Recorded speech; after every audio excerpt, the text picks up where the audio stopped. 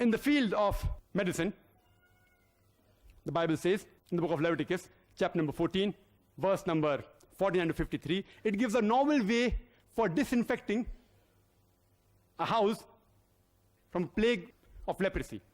Disinfecting a house from plague of leprosy. It says that take 2 birds, kill 1 bird, take wood, scarlet, hyssop, and the other living bird, dip it in water, and under running water, later on, sprinkle the house 7 times with it. Sprinkle the house with blood to disinfect against plague of leprosy? We know blood is a good media of germ, bacteria, as well as toxin. I hope Dr. William Campbell doesn't use this method of disinfecting the OT, the operation theater. It's mentioned in the book of Leviticus, chapter number 12, verse number 1 to 5.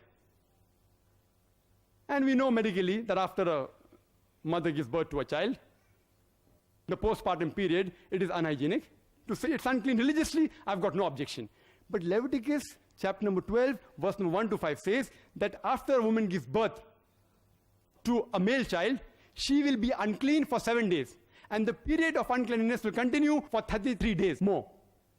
If she gives birth to a female child, she'll be unclean for 2 weeks, and the period of uncleanliness will continue for 66 days. In short, if a woman gives birth to a male child, a son, she is unclean for 40 days. If she gives birth to a female child, a daughter, she is unclean for 80 days. I would like Dr. William Campbell to explain to me scientifically how come a woman remains unclean for double the period if she gives birth to a female child as compared to a male child.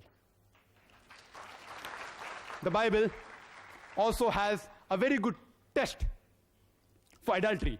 How to come to know a woman has committed adultery? In book of Numbers, chapter number 5, verse number 11 to 31. I'll just say in brief.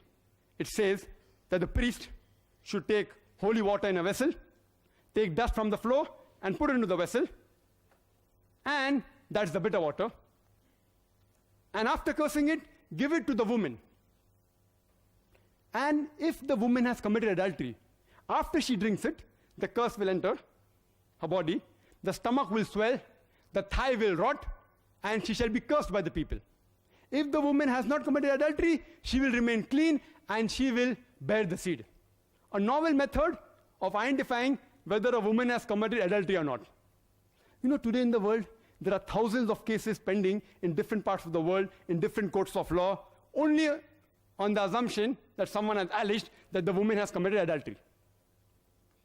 I had read in the newspapers, and I came to know from the media that the president of this great country, Mr. Bill Clinton, he was involved in a sex scandal about 2 years back.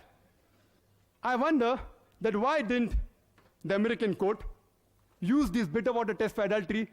He would have gone scot-free immediately.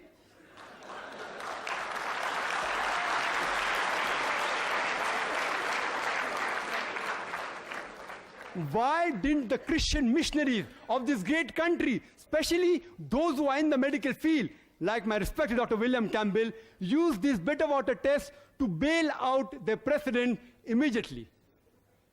Dr. Campbell, since you are a medical doctor, could you please explain scientifically the various medical aspects that in the Bible regarding, because you didn't answer them in your rebuttal, for example, blood used as a disinfectant, bitter water test for adultery, and most importantly, that the woman is unclean for double the period when she gives birth to a daughter than as compared to a son?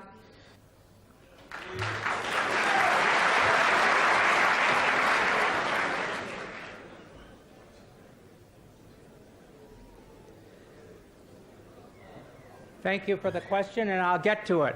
But about these places in the Bible, I believe the Bible was written by God, and I believe that God put them in there. So it's not up to me to explain what God said, but I believe that God put those things in His Bible. Give them 3% to 3%.